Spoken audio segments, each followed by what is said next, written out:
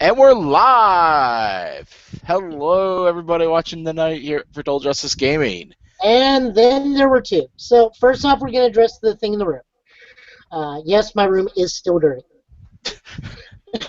I I am didn't lazy. notice. I do not want to clean it. We're going to go from there.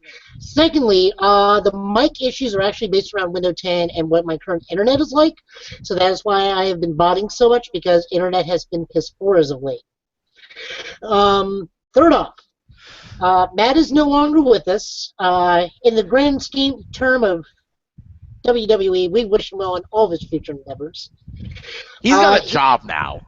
Yeah, he got a job over at Millennium Games, so he's going to be promoting UFS, Level 99, Bushiroad, everything. So go to Level 90, not Level 99.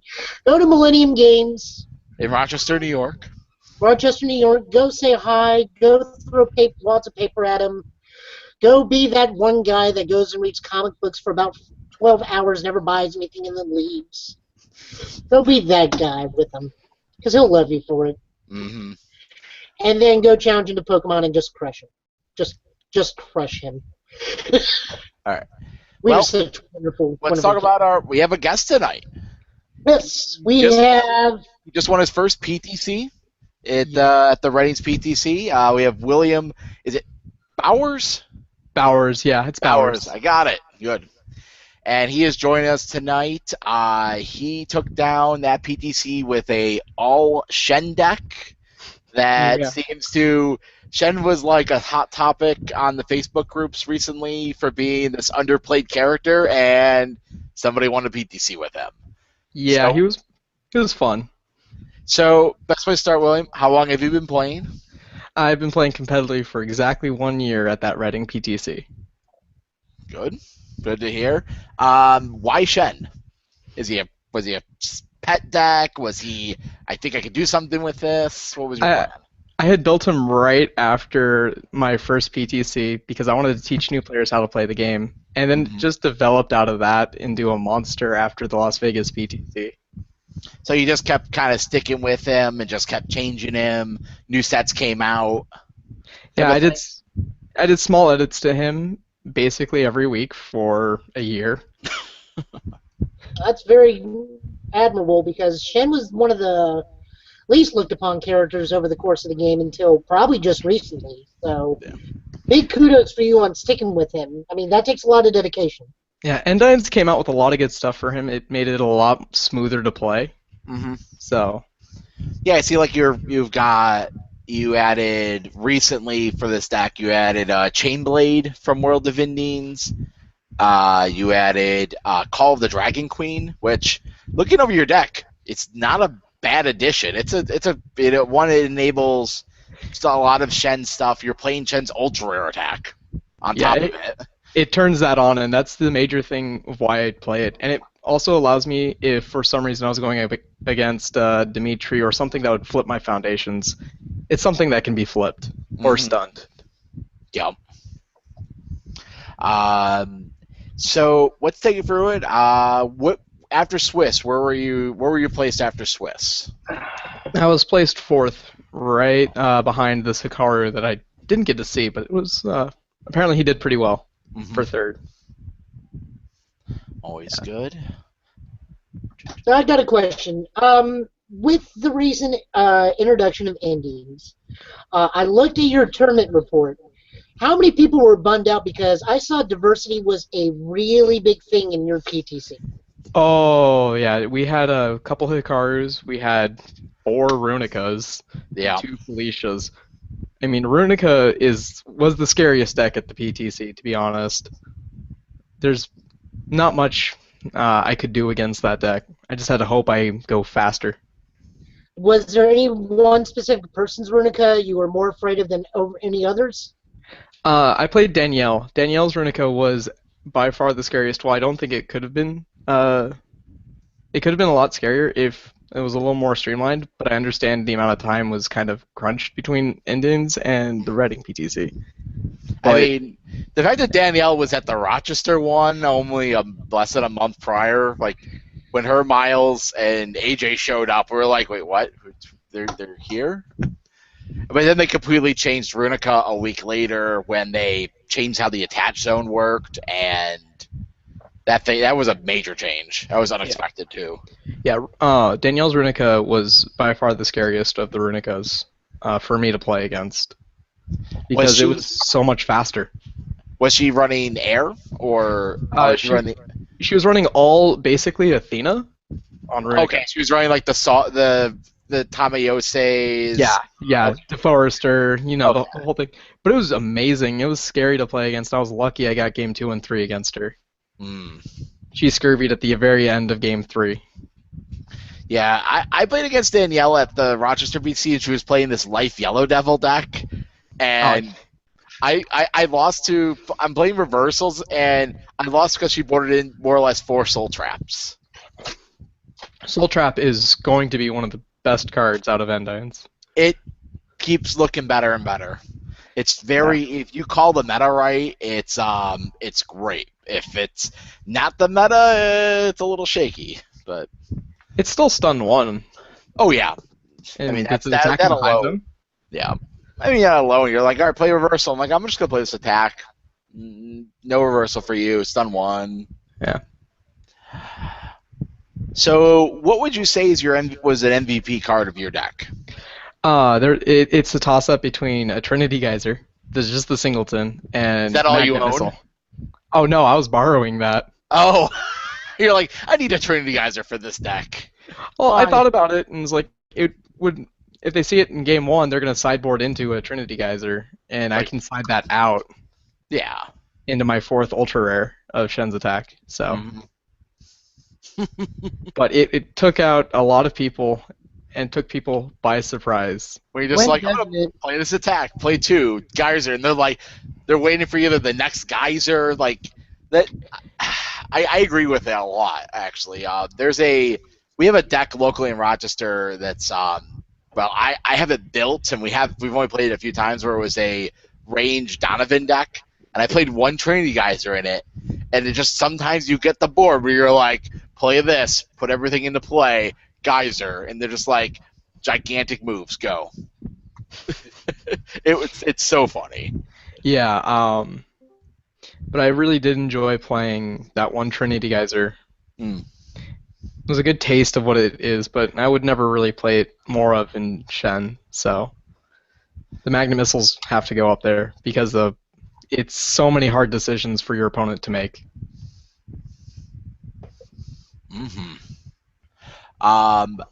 My next question for you, and this is because we kind of consistently, I like to ask this question every time.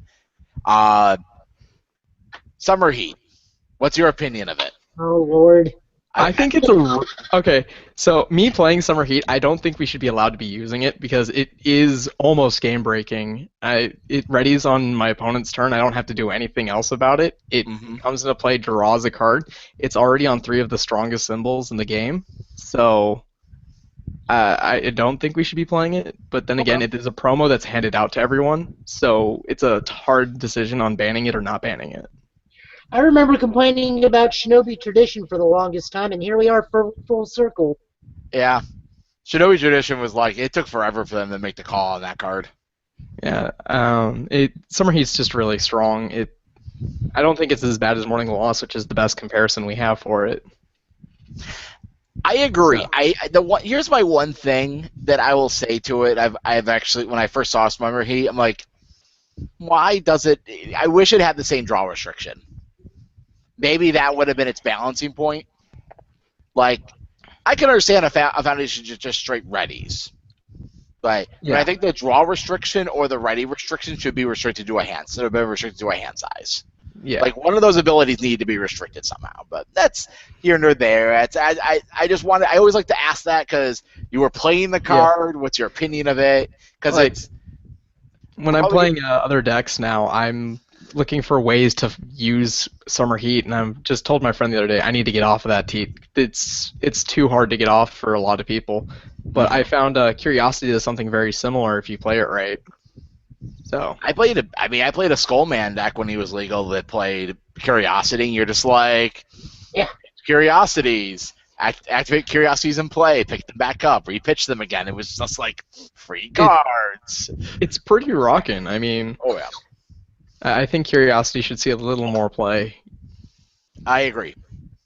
I think it's really good in certain decks, and I think it comes back around. I think there'll be a deck once again that it'll hit and it'll see some play. But right now, it's kind of like in that. May I rather play these instead? Yeah, there's a lot of good cards. All right, so let's run down the rest of the top 8 here. Second place, we had Brandon Jones. Well, let me share screen because we got it. Okay. Doo-doo-doo-doo-doo. And Brandon was playing the All Runica deck. Yeah. Brandon was great. Great player. I played him in my first BTC as well.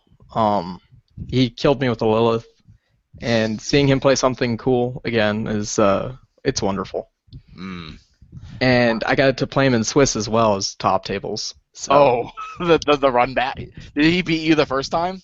So he offered a draw at the beginning, and I was like, this is the final round of Swiss. I want to try to take champs, and I lost after a 32-minute game. And You're after like, draw? no, he still offered the draw, so I'm like, I'll take it at this point.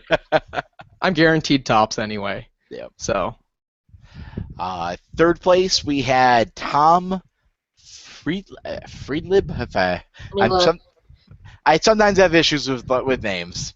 No, Friedlib is about right. Okay. Playing Life Ringman. Tim. This deck has been out there for a while now. Tim Keefe started playing it at the 2K around 2K season last year in Rochester, and it's kind of keeps showing up. It's just big life, and this is a good deck. You that Ringman with the new ending stuff is gonna get there. I don't think life is the right symbol because they still lack a real big finisher. I want to play him off of Evil and play the freaking Dragonflare. Yeah, Dragonflare. I just want to play like once the Tali's gone, once the Tali is rotated in October or gets banned before October. That's gonna be really realistic. I'm gonna play Ringman with him. Be like Ringman that and be like, die. Ringman is when I built Ringman, I built him on Evil to do exactly what you were just talking about. Dragon flaring. It was so much fun because a 9 mid for 11. No, who doesn't want to throw one of those? You're like 9 mid for 11 on a 6 diff. That's insane. You're just like eat that. And this look. You also get golden ticket in that as well. I mean, the ticket. I mean, the only issue I see with this deck, and this is just me looking at future thing, is this deck takes quite the hit that not the other two decks does when the rotation happens. Oh yeah, when I can't wait for Red Horizon 1 and 2 to be gone. It's just gonna. Everybody's like, it's good because you can get the sets easily more than most of the KOF sets, but. I wouldn't be. It's gonna be the next year. If their pace right now gets back on track and we see 3 quick releases next year, we could be Neomax. We could be this time next year, and Neomax could be gone. I still see Neomax go with the Red Horizon because of the sheer inability of getting anything from that. Yeah. Yeah. This Ringman was really fun to play too. I got to play him in my. Round 2 of top tables, and I didn't know how to handle it. You're just like play cards. Let's just play cards. Let's see where it goes. Yeah, I mean that's about the right play. He's just gonna come at you really hard, and if you die, you die, and do what you can to hold on and try to backswing as hard as you can. All right. Fourth is Chris Pratt. We see that he wanted to bestow mercy upon everybody and not play Lord Raptor. No, he had to retire Lord Raptor. He had to retire Lord Raptor? As a agreement of winning the Rochester 2K, if he won that event, he was going to retire Lord Raptor. Well, he has to break the retirement clause to fight Jason. Well, yeah, that's a whole nother thing. That coming up soon. Well, that Jason announcement, that I laughed at him over that. We'll get to that later. When you announce that you're playing a character, you announce the character from from a wrong set. Take a minute and confirm all your information. That's all I'm going to say about lately for Jasco. President of the company. Yep. We understand you got 8 billion things going on, especially Jason. But when you make such a bold, big statement and announcement like that, proofreading is your friend. Yep. So the Kadaf that Chris play is the Void Kadaf that's been seems to be right now the flavor of choice. I mean, I still think Death Kadath is better, but I can't for the life of me build it. yeah, Yeah, Kadith looks really fun to play. I looked at building him, but he's not my style. yeah. So, And Will, I'm gonna ask this. Are you having a tough time building decks right now with the current meta you're in? Because Jesse and I, we've been sitting trying to build something for Let's Build a Decks, and we get a core concept, and then the rest of the deck just becomes blah. yeah, well, in that regard, I just built a deck after my locals event. Brand new deck, hmm and it's been doing just fine. It wasn't that hard for me to build because I've never really built a lot. So, with the new meta coming out, though, I'm trying to slow down what the play is out here in the West. We try to kill each other on turn 2 or 3. I'm tired of that. Yeah. Like, That's what we're gonna see this week. I wouldn't be surprised if that's what we see in in Atlanta this weekend. Atlanta's gonna have especially with the new champ cards being out now. Oh, yeah. And I think it's gonna be a turn 3 meta again with you just have champ cards that just enable kill turns now. see, like, I told Jesse this. I was gonna prove that you can build Tatsumi. We'll get back to the PTT in a little bit, guys. It's just minor rambling. We do this. You guys know this show. You've been We watching. all know how it works. It's been going for 2 years. Everybody knows this. So it's Tatsumi with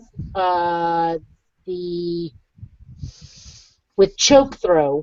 hmm And what's that one called? Unmerciless Resolve or something? The +1/+1 and safe. No. It's the chick with the claw. Oh, Out of the beach blonde. yep. Claw of No, Malefice? No, that's the asset. I know which card he's talking about. Merciless Resolve. That's it. Yeah. There we go. So the idea with Tatsumi is you pop Merciless Resolve for choke throw.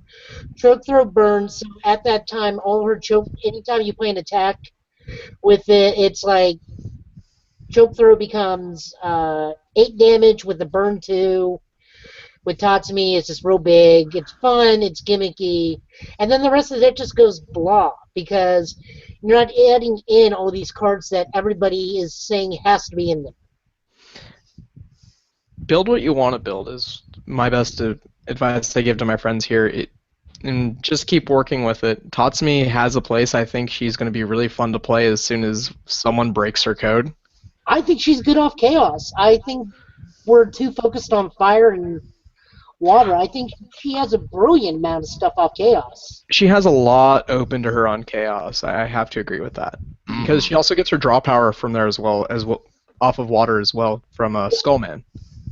Yeah. She uses some of that support. She gets her draw. She can be a little more reliable because of that. I think she has a place. Right. Move right along now that we're over our thing. But yeah, like we said, guys, build what you want. Me and Jess are just having a hard time because nothing is really standing out for us, and I think and for me personally, it's having to look back at Red Horizon like, well, this goes in there, but this is going to go away. But this fits right now, but I'm going to have to take it out in about 2 months. Build with it anyway. Yeah. It's just annoying to me. All right, we got Chris Gordon with Hikaru Fire. Oh. Yeah, I got to see a little bit of that. I was a little more looking into fighting Daniel, who I see is coming up next. But I didn't really see much of that deck. I'm looking at that deck list now, though. Fire Hikaru, looked at it. Looks like to be a lot of stun, a lot of damage really quickly. Mm-hmm. He would have made it a first place if he had fought for honor. Everybody, all the airbenders need to fight for honor. Firebender. Well, I think the big card that my personal card is the Firepalm Fury. Yeah, I was gonna say. I am so gung ho about that card, and I keep trying to find decks to play it in, and every time I find it, it's just like it's good, and I'm like, Yes. I kind of want to play it in Crashman, in a Fire Crashman deck, I approve of this. because then you can use Water Barrier. I think it's the name of it. The Tatsumi card that gives +1/+1 and safe on that. Oh, I like this guy. that's interesting. I like And you it. get the fire and water enhances off of it because you're playing Crashman. Mm. Yep. I want to play it in my. I Yeah, want to like. that's another one. We have a deck around Rochester. We call it beep beep. We call it beep beep my. And you just like every time you activate my, you go beep beep. It's just the truck coming down on you, and it's like that Firefall Fury is a real truck of a hit. You're just like pump. All right, eat it. All right, draw 2. And draw 2. Do all these effects. You're just like. Yeah, you get so much off of Firepalm Fury, and I think every Hikaru should play it. Mm-hmm. All right. 6th place, we got Daniel Daniel Schussler. Schistler. Okay. Playing the air kick pile. He's playing Airwall, Blow Up the World, Felicia. I gotta play him twice. I played him first round in Swiss and then first round in Top Cuts. So it's safe to say that Felicia is starting to lose her edge because of the new characters and the new support. She gets a lot from the new stuff, but I think a lot of the other characters catch up a little bit because she doesn't get as much help. She gets more ways to spend her momentum, though. I mean, I think that's really nice. I mean, she got an assassination attempt. Oh, Right. that is so nice for her. Yeah. I'm playing my deck right now is I'm playing 2-Dot Kyo with assassination attempt. Is that black or white jacket? White jacket. Okay. So you go like Windbreaker Jesus. you're like play this, and then you're like Chasm Buster. You're like +2/+2. Discard the assassination attempt +2/+2. You're like 8 mid for 8. After I softballed you with another attack. No. It's so fun, but it just does not kill people. You think it kills people, but it just doesn't sometimes. Then someone says, "Give me your best shot." 0 speeds with Breaker 2, and you cry a little bit on the inside. Yeah, it happened. So was Ever Hopeful an issue? I have found Ever Hopeful to be less and less of an issue the more I keep playing. And that's just because when you get your card Ever Hopeful, just play it as an impossible block and get it out of your hand so you can just keep going. And that's how I figured around Ever Hopeful for the last 6 months. Alrighty. 7th place, Alejandro Alejandro Yilla playing Water Kim. I have nothing bad to say about this deck. It's Water Kim. I support anybody who's willing to take that trial. I think after when Jeremy Ray's new card is legal, the Order Kim is going to be the superior deck. Because why not give Kim a free foundation? Ultimately. Yeah, I gotta play him in 4th round of Swiss, and this is another thing. I just have no matchup experience against Kim, and I didn't know what to do in the game 1. I was just lucky he checked terrible. The first time I played against the Kim deck was at a Rochester PTC. It's going to be 2 or 3 years ago now, and one of the guys from Jersey showed up with the deck, and I'm like, I don't really understand what his deck does, because I was playing, P-Touch, insane water reversal Raiden, which just does 1,000,000 damage for nothing.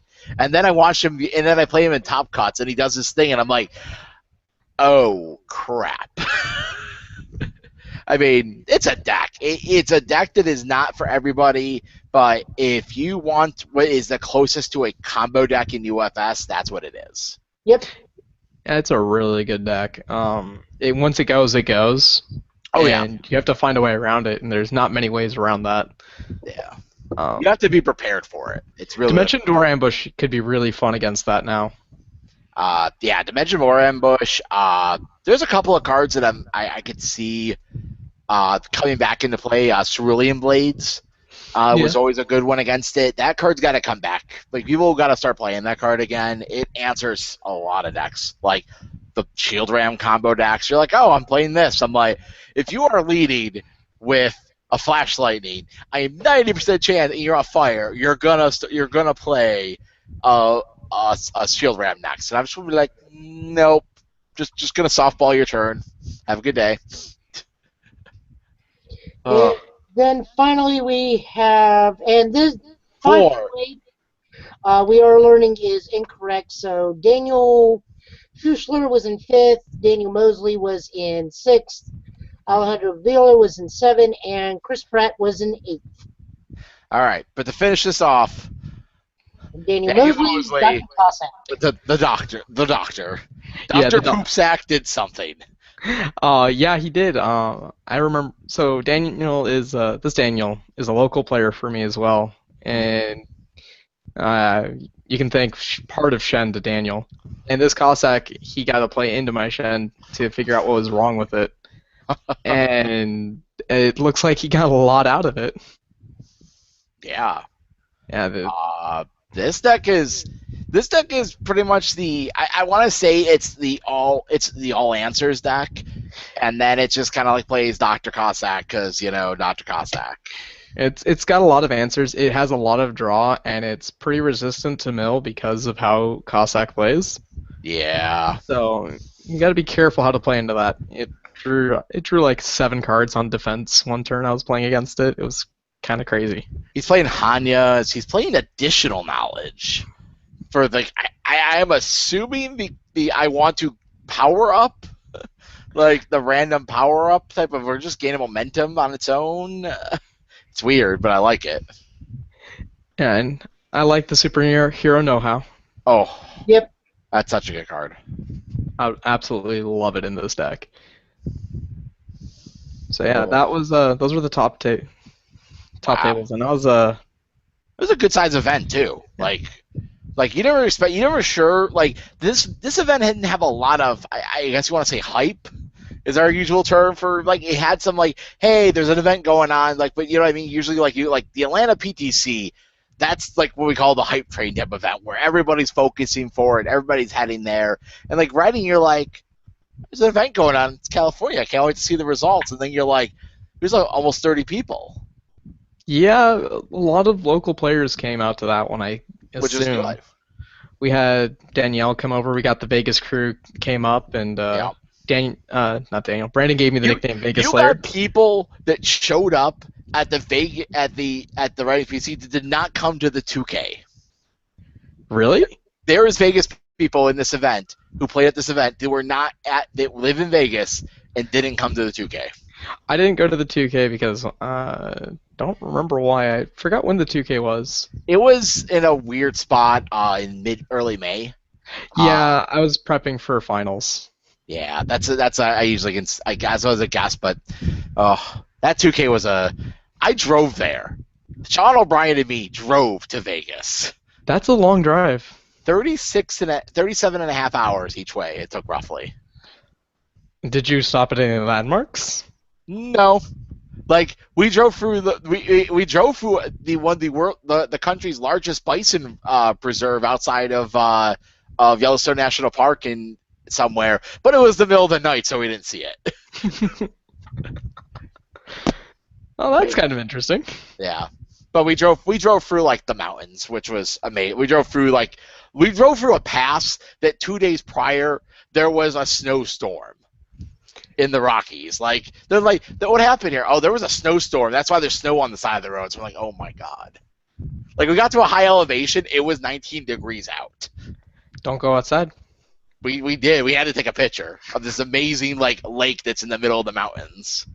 Okay, that's worth it. That's worth it. Yep. All right. So we had the PTC. Next up is we got to talk about the Nationals announcement. Yep. We'll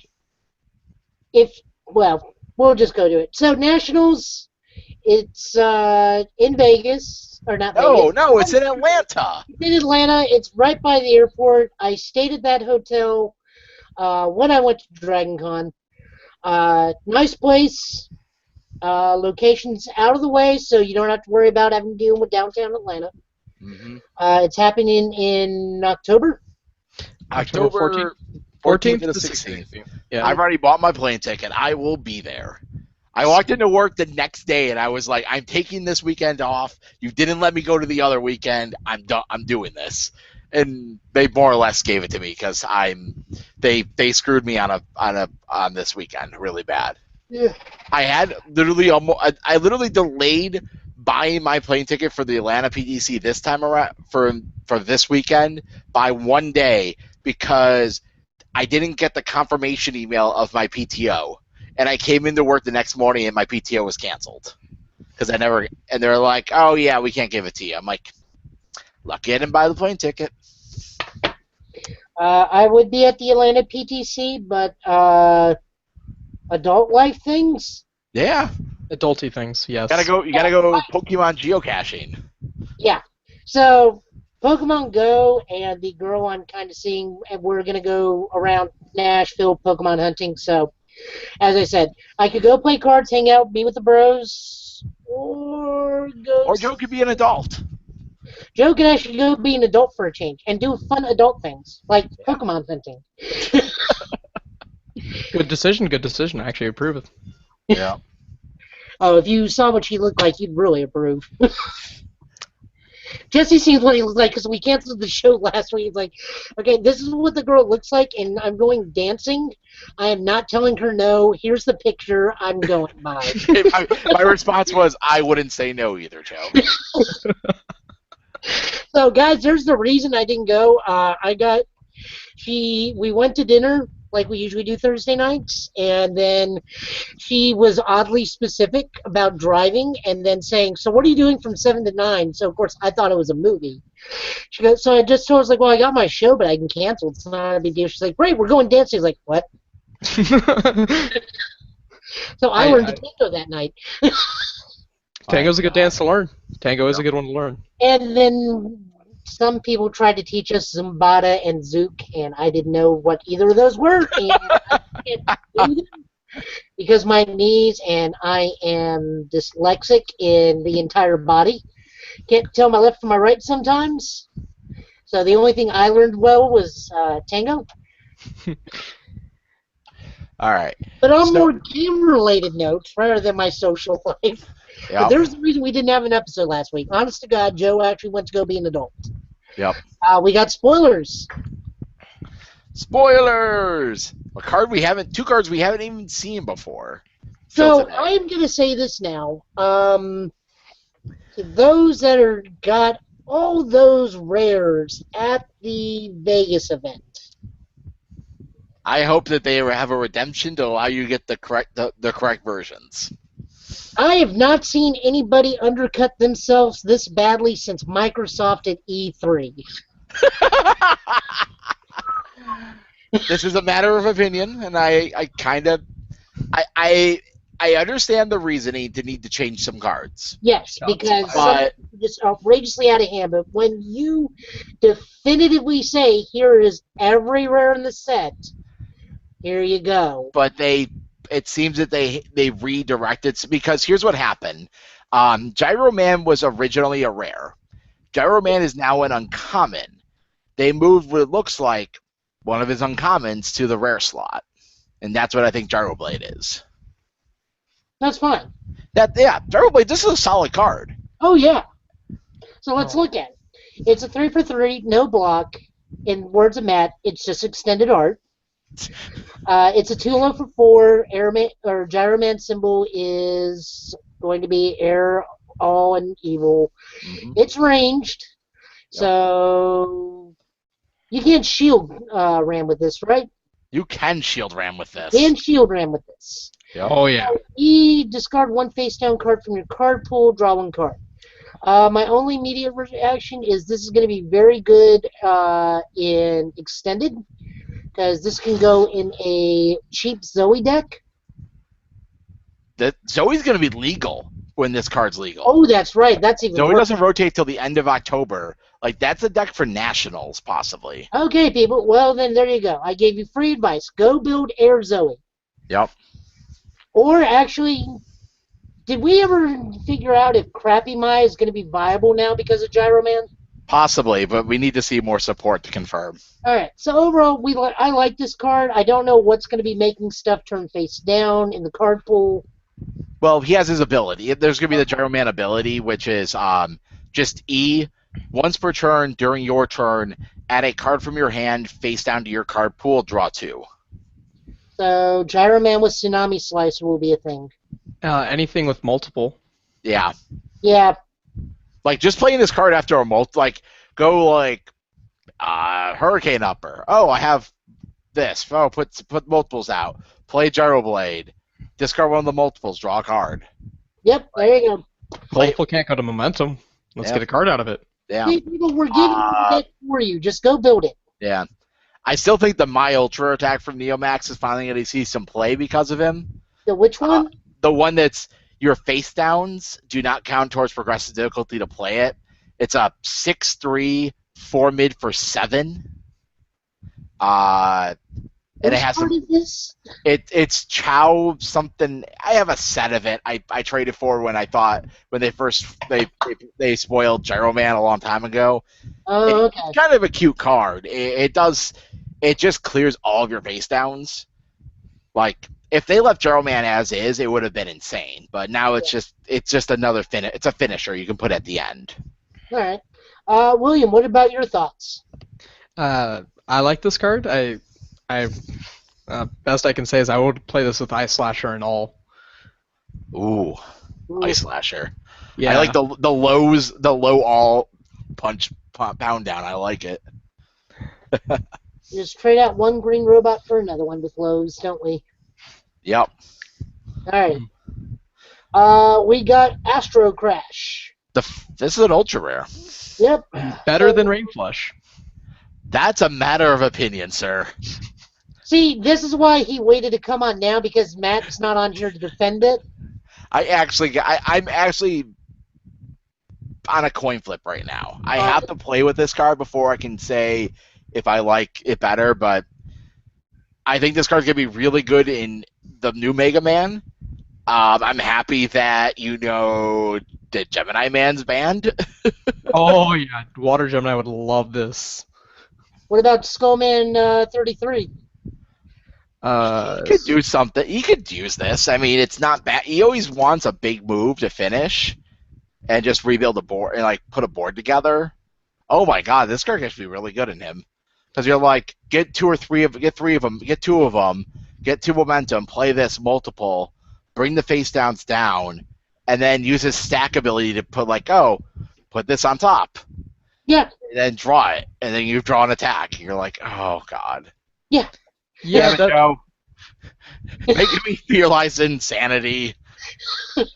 Yeah. I have one I have a good idea every now and then. So this is a 4/2, 3/5, no block. Mega Man symbols this time around are good order and water. It's ranged and enhanced. This attack gets multiple X. X equals number of characters in your staging area. During the end phase, add all multiple copies of this attack to your staging area face down. Yep. It's pretty good. I really like it. Yeah. I think I want to play it in Iceman for days. Just stack up all of the momentum you had, and you're just like, play this. Like, you want to get one, like, you want to merge, like, one Iceman. Like, why are you stacking Icemans? Reasons. Reasons. Multiple reacts, why not? Yeah. No, it doesn't work like that, sadly. I can dream. Yeah, we could dream. But I still think this is better than Rain Flush because it builds. It's easier to play. Yeah, I You actually don't need a combo. Well, Brain Flush, you don't need a combo. You just need another attack. But that's what Rain Flush is already a 5/2. Yeah. That's It's a 6 4. difficulty to play. Yeah. Like just by straight looking at the numbers, I mean, yeah, I lose a block, but I get it a little easier to play. Same stats for damage and speed. Multiple 1 at least. And it turns the momentum into a build for next turn, so I don't lose out on my build turn. Yeah, okay. Got me. Played it and taught to me. There we go. Yeah, there You you go. know what I actually could like playing this in? What's his name? Damn it. Playing in Water Hikaru. You're like, give it multiple 1. Increase that multiple by 1. You're You like, get a multiple oh, 2 out of that. multiple That's not bad. multiple 2 out of it's that's work. All right. All right. So we're done with spoilers. Yep. We're next moving on to the King of Fighters. Team Mexico.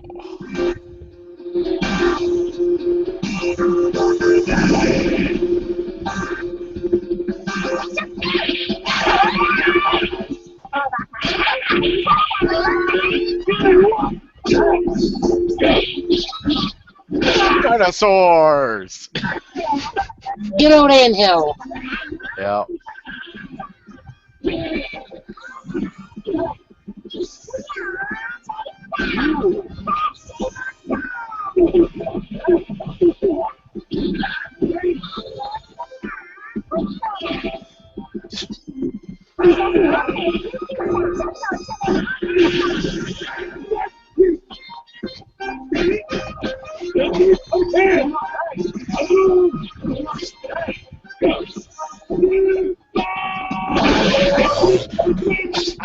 I love that.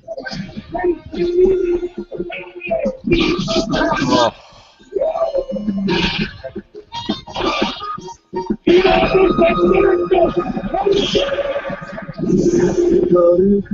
Come on.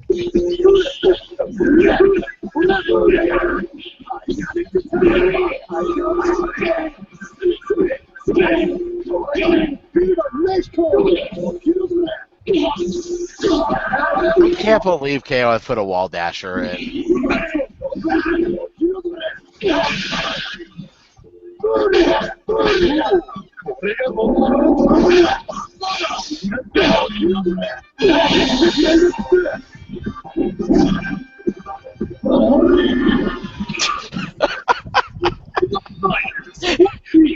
I just love that each one of them, their ultras are just giant wrestling moves.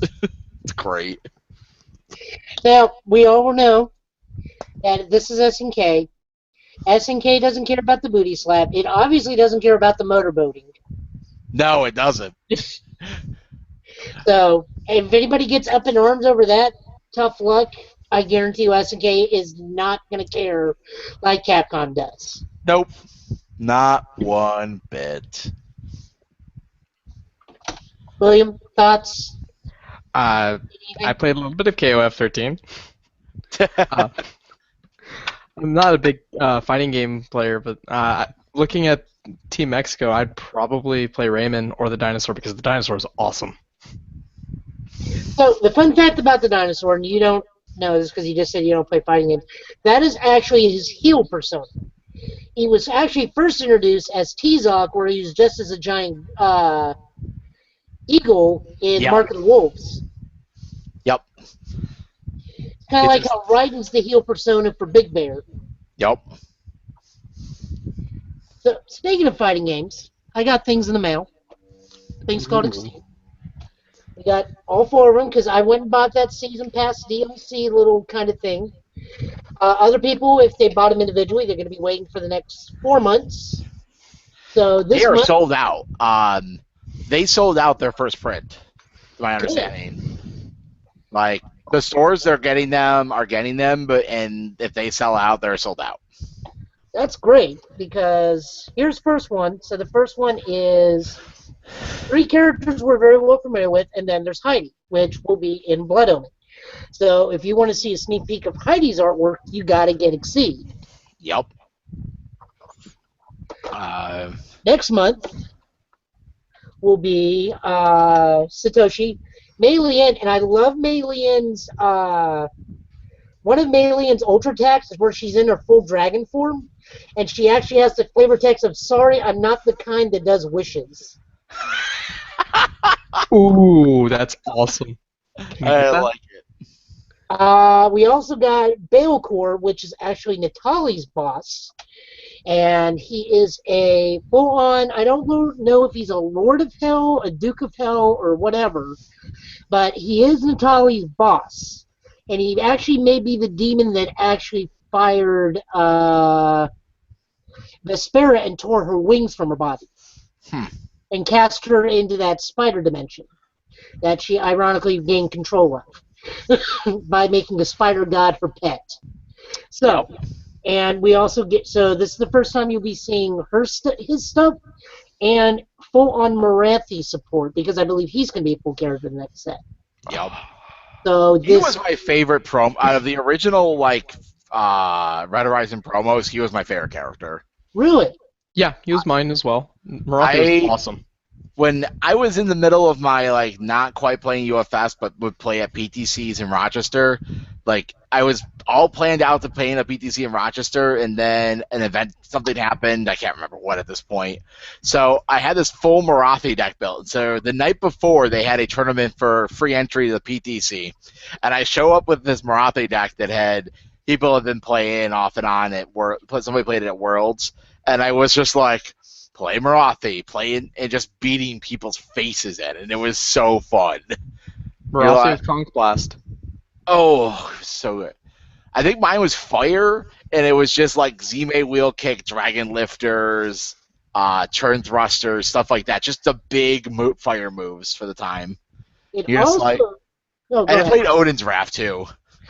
So it looks like, according to this, is that Morathi has either pledged himself or is something akin to Natalie and Vincent Gray with Balecourt. Because Balecourt's forehead symbol is actually on Morathi's blade. For any credence to that, but it does say specifically on the back he is an ally and aids Balecourt. Okay. So, next set will give us the brother-sister combo of Eva and Caden. Yep. And Mishka and Lily. Now, Mishka I like because Bear's actually a separate character card that goes on the board with her. That's cool. And your ranged attacks can actually be determined based on not only where Mishka is, but where Bear is. Mm-hmm. So if Bear is adjacent to them, it's considered like you maybe in range 1. And then the final stack, we have Alice and Zoe. If you watched our earlier things, you know that Zoe and Eva are the actual president of the company does say they are the ungodly cancers of this game. Yeah. Zoe plays, to my understanding, plays a lot like her UFS counterpart. Yeah, she plays almost infinite attacks. Yep. Infinite poke, they took the infinite combo Zoe deck and made it into a thing. And then we get our first full taste of Auric, who, according to this, actually wields the power and lightning of Thor, though I don't know where the Mjolnir is. And fights very similar to that of Reese. So you'll get to see his artwork. Really well done. And then Gabrick. My favorite. Straight up counter to anybody that, like Reese or Vincent Gray or Ulrich or anybody that wants to get in your face, he is the straight up counter to because he gains bonuses out the butt for being adjacent. That's all of them. Plus, we got a really, really cool playmat, which, ironically, the playmat is actually really well suited for buddy fight. I learned that earlier this weekend when I went undefeated after building a deck for only 15 minutes. I built a Gundam deck, which was Battle Poets. It even has the quote. It even has whispering finger destruction, holding out his hand. They have no shame in that game, I swear. What else we got? Yeah. The other thing we're going to talk about that next week was we'll go more in detail on it next week. On UFS Ultra, if you pull it up and you pull up Battle for Power, you will see that some cards have changed. Some cards have updated block boxes, and some are completely rewarded. And let me pull that up. That'd be interesting to see. Yeah, I want to see that. Well, if you look at some of them, and pretty much you can see this. If a card has a new block modifier box, there's something different about it. And I had to go through luckily I saved all the images at one point, because once they said they were going to change all the cards, so that I could tell which ones have changed. And the one that changed the most, in my opinion, that probably nobody realizes changed, is Dr. Wily. Dr. Wily's changed? He used to be any attack. You destroy one foundation, any attack gets +2 speed. If it deals damage, your opponent destroys one ready foundation. Yeah. Now it's your attack only. Okay. Huh. I do see that change. Yep. So this base card is not changed. Yeah. Pretty much if you see a updated the best way I've been able to identify changes is update if you see to a the shield as opposed to a circle. Yeah.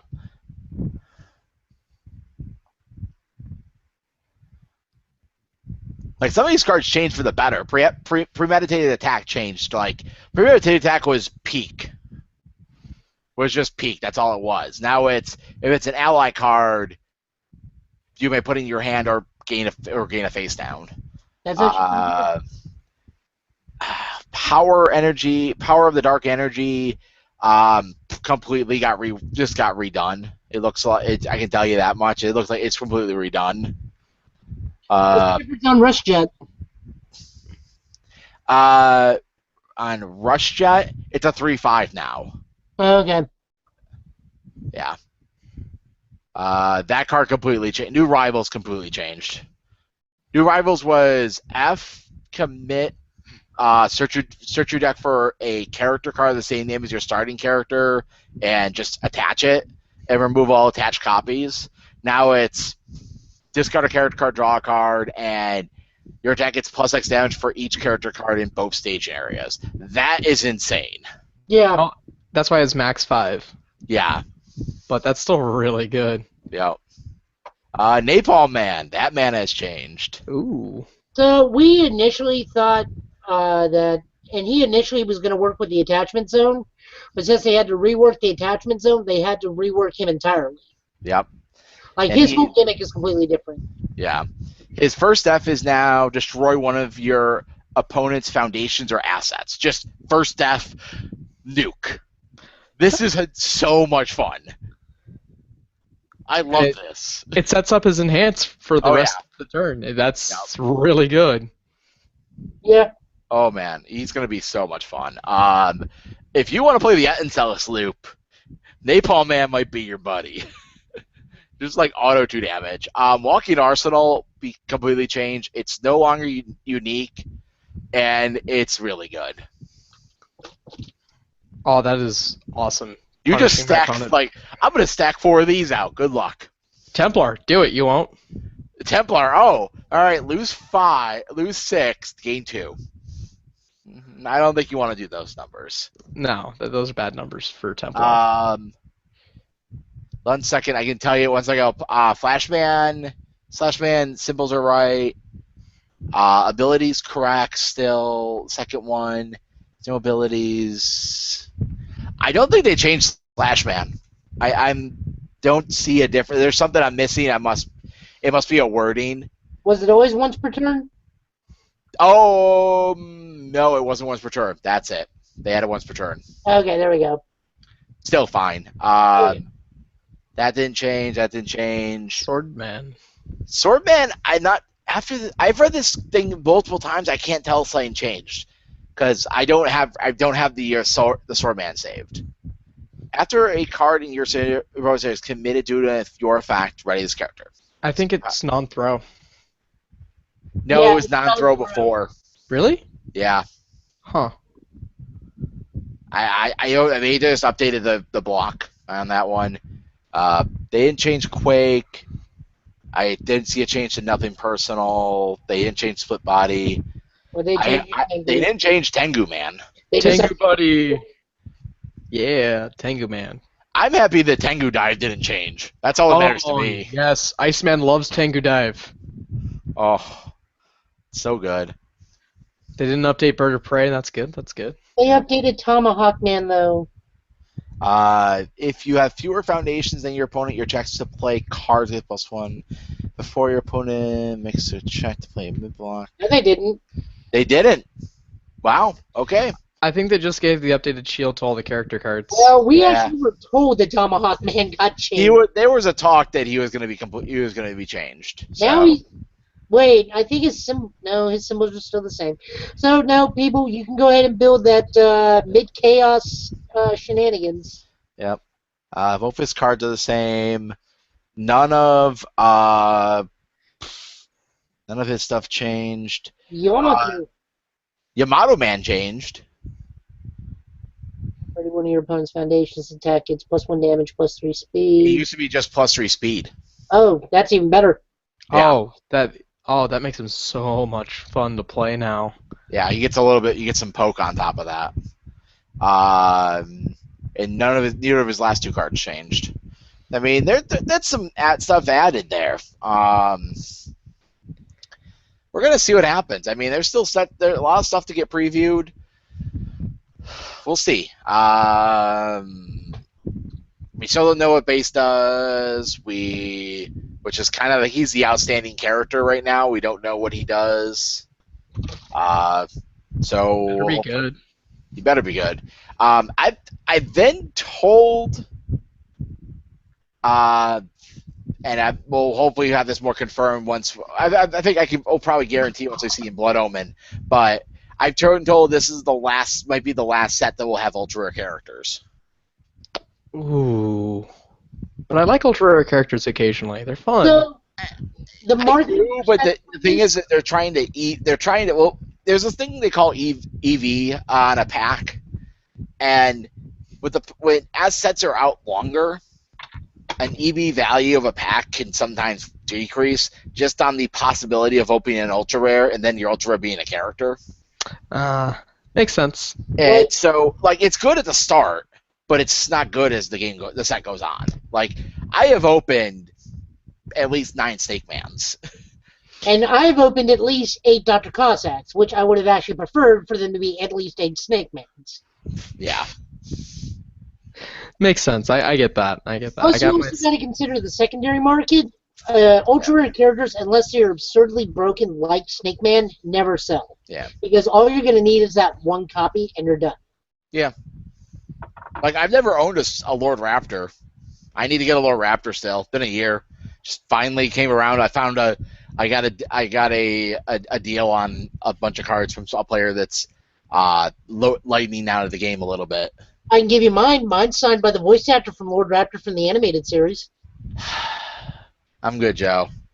I want to take that from you. Oh, come on. You know you want Scott You have McNeil. other things you need to send me.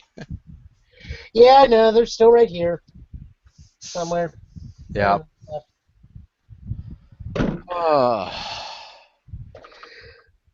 And that's the show. Next week we're going to talk about more in depth of the changes. Hopefully more previews. We're going to have the PTC this weekend in Atlanta. We may not have the winner of that, depending on who it is and their availability. And if they're in the hospital from alcohol intoxication. Oh, come on. Shu can handle his alcohol. This is true. I mean, there is such a thing, and if you are not familiar with UFS, we in UFS have what is known as drunk, and then Omar drunk. No, there's Ben Shoemaker drunk. No. Even Ben has confirmed that Omar drunk is worse than Ben drunk. Well, I've never seen Omar drunk, so I can't. Don't know that. Ask them about the Omar Vegas story. From this year? Or No. previous year? Okay. Previous year. It's the first time they went to Vegas. Just ask All them right. If about. anybody is wondering, we're talking about Omar Chavez. He was a U.S. national champion at one point for UFS. A great guy. One of the one thing I will say about UFS community, you'll never find a guy that you very rarely find a player that you're just like you don't melt with. Only 2 to my knowledge. Yeah, I don't think either of them play anymore. For the vast majority of UFS players, we are exceedingly nice. Yeah, That's one of the things I've noticed. Like coming to this game. Mm-hmm. One thing, we're a small community. We're not Yu-Gi-Oh, we're not Magic. Like we're a fairly, we're not a big community, but we're here. But I think we just learned to get along. Yeah. I mean, sometimes we say things, but it's whatever. It's a fighting game. We say a lot of things. I know. And then the Canadians, they just mostly say Canadian things, and by that I just mean Garrett. You mean they troll? No, that's just Garrett. I can't wait to play Garrett again. That's gonna be great. I can't play with all of the new Atlanta assets of Doom. Yeah. Ooh, Assets of Doom are gonna be fun. Two-Face- McChompington is my favorite. Me and Matt are very much the Drew McFay Lion Buddy. Lion It's- Buddy. It's just all value. It's probably the best of the assets, but I'm just for the artwork, McChompington. Yeah. Yeah. All right. So, that is it for us tonight. Yep. We will be back next week, Jesse and I, Mm. with the BTC winner. That is still in question. Check out Twitch. I'll get back to gaming at some point. I'm probably not going to be doing streaming on YouTube for gaming because copyright strikes are a thing. We didn't get a bad copyright strike. It's just every time I was trying to demo JoJo, Yeah. I'm gonna all three versions of Namco Bandai get copyright strikes, and it's like, hey, we're copyright striking you. It's not a bad thing. We're just letting you know we claim property. That's like, that's cool. I'm just not going to stream on there because I don't want the channel taken down. Because I'm actually gonna plan to start streaming on Twitch soon. I've kind of gotten reignited because a lot of my buddies are currently at Awesome Games Done Quick, and I've been seeing them stream. I used to way long ago do speedruns of wacky NES and SNES games. And I really want to try and see if if I'm still good enough as I think I am. I currently cannot stream on Twitch the game that I have records on because, well, they consider Hunipop an adult game. just a little bit. Just a little bit. But I have one of the highest records in that game. It's a great puzzle game. I don't know if that's something you should be proud of or not. I don't care. It is. Also, if you are interested in the Bushiroad game Future Card Buddy Fight, I have been approached by various players in what is known as the Hero World community, which is the Japanese superhero theme section of the game. I will start be doing deck videos for that. First one, maybe this dude here. I gotta say, I love the ultra rare, the triple rares for this game. They are super pretty. Yep. So be on the lookout for a Cardian video. I'll be talking about the build. I'll be talking about the character. I'll be giving my own thoughts. Those are going to be a little bit sporadic because there are so many. You know what we're also going to talk about next week, Joe? Because, why not? Versus spoilers have started up for the new set. Yeah, for Aliens. Did you see the new card? Did you see the first support? The CMO medic, and then the level 1 for the original Alien. Yep. And we have 2 new asset things. Locations. Earth and space are now considered locations. That's actually pretty handy because if they do a cosmic run of stuff. Yeah. Did you read the support character? His ability is okay. So yeah, I'll just read. His ability is pay a science. an Earth in a laboratory. It's Earth laboratory, or I just know by that. Earth science. Yeah, Earth science. Heal a wound off your main character. Nice. And people think that set's not going to do anything at the metagame for the 10K this year. It's gonna blow a deck out of the water. Oh yeah. All right. Why did they actually name the original alien the perfect? The perfect bean. Yep. All right. So, William, thank you very much for coming on. No problem. Hopefully you'll take down another event. We'll have you on again. Looking to take down Santa Clara PTC up in right before Nationals. Ooh. Are you thinking about using your winnings to come to Nationals? Have you? Oh, I will be heading over to Nationals as well. Sweet. I will see you then. I will definitely see you then. All right. Let's call it a night, Joe. All right, night, everybody. Night, everybody.